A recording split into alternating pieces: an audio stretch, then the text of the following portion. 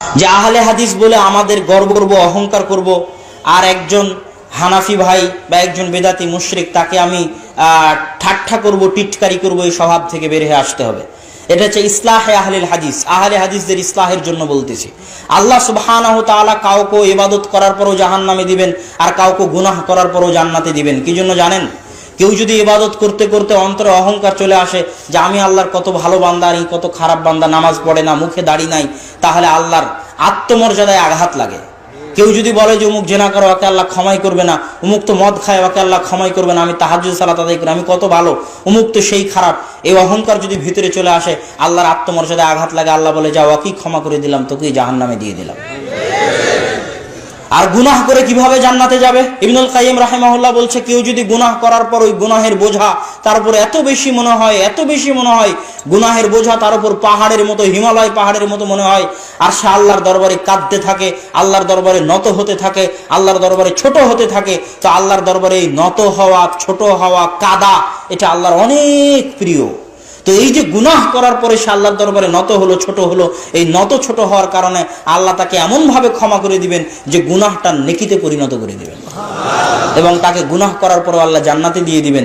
আর আপনি আহলে হাদিস হয়ে যদি অহংকার করেন, উমুককে শয়তান, ইবলিস বলে গালি দেন, কারো হেদায়া পুড়িয়ে ফেলবেন, তুমুক করবেন, আপনি একাই জান্নাতে চলে গেছেন, হিন্দু জান্নাতে গেলেও হানাফি জান্নাতে যাবে না, এই ধরনের অহংকার যদি ভিতরে চলে আসে, এই অহংকার আপনার জাহান্নামে যাওয়ার কারণ হবে।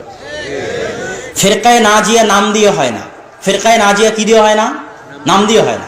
আপনি আহলে হাদিস দাবি করবেন তাই আপনি ফেরকায়ে নাজিয়া হয়ে গেলেন, অসম্ভব। ফেরকায়ে নাজিয়া বৈশিষ্ট্যের নাম।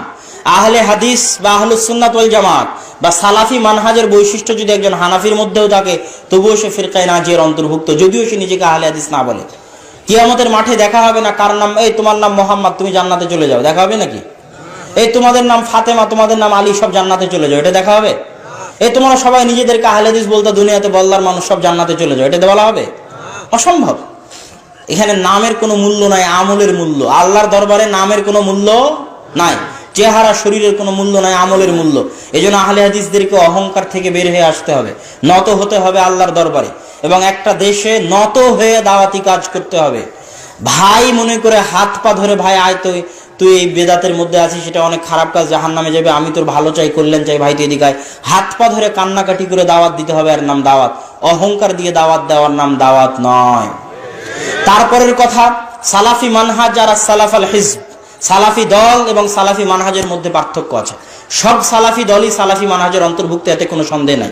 বাংলাদেশে যত সালাফি দল আছে, পাকিস্তান, ভারতে যত সালাফি দল আছে, সবাই সালাফি মানহাজের অন্তর্ভুক্ত, যদি সালাফি মানহাজের